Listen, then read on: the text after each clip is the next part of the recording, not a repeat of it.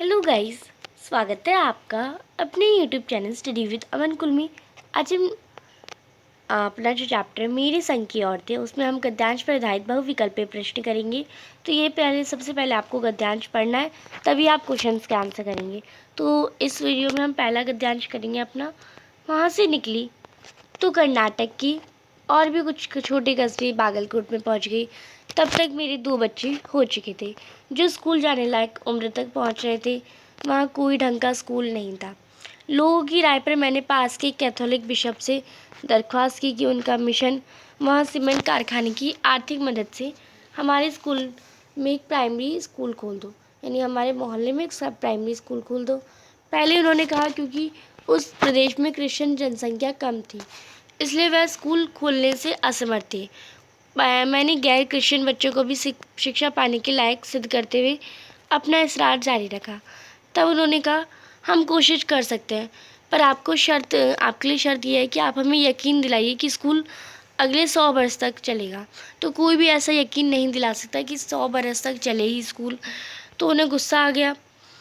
मैंने कहा, स्कूल को छोड़िए, किसी के बारे में भी यकीन नहीं दिलाया जा सकता कि वह अगले 100 बरस तक चलेगा। वह भी गुस्सा आगे और बोले, खुदा का लाख शुक्र है, बच्चों के ना पढ़ पाने की समस्या आपकी है, मेरी नहीं। बात कड़वी थी पर 100% सच। सच के आगे सिर झुकाने की हमारी बचपन से आदत थी। सो मैंने तय किया कि मैं खुद अंग्रेजी, हिंदी, कन्नड़ 3 भाषाएं पढ़ाने वाला प्राइमरी स्कूल वहाँ खोलूँगी और कर्नाटक सरकार से उन्हें मान्यता भी दिलवाऊंगी। वहाँ के अनेक मेहनती और किसके लोगों की मदद से ये वक्त जो था वो पूरा हुआ और उन्होंने एक प्राइमरी स्कूल अंत में खोल लिया। अब किसने खोला? ये लेखिका ने खोला था।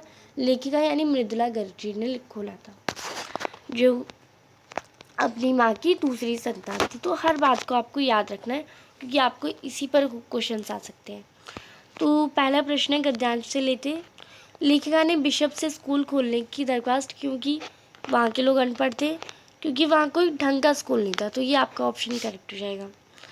लेखिका ने कैथोलिक बिशप से किससे आर्थिक मदद लेकर प्राइमरी स्कूल खोलने की दरख्वास्त की? नाटक कंपनी से? नहीं।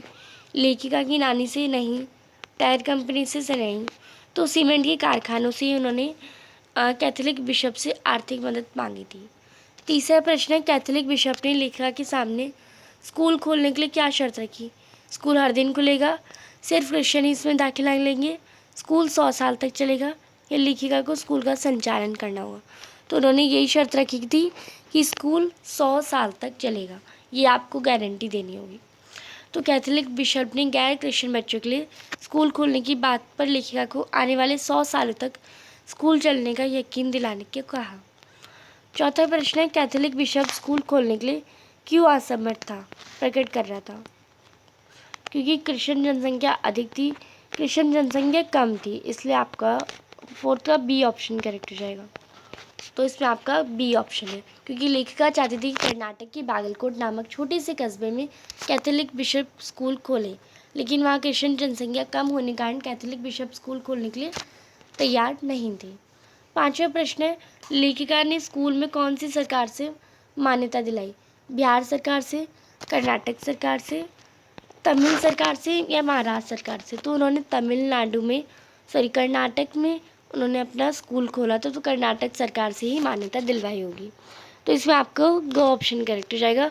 बागलकोट कर्नाटक के छोटे से कस्बे में स्कूल खोला गया था, इसलिए कर्नाटक सरकार की मान्यता मिलना अनिवार्य था। तो नेक्स्ट जो पैसेज है वो हम अपनी नेक्स्ट वीडियो में करेंगे। तो आई होप आपको ये वीडियो अच्छी लगी होगी।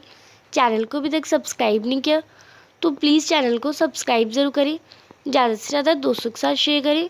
Thanks for watching you, bye bye guys.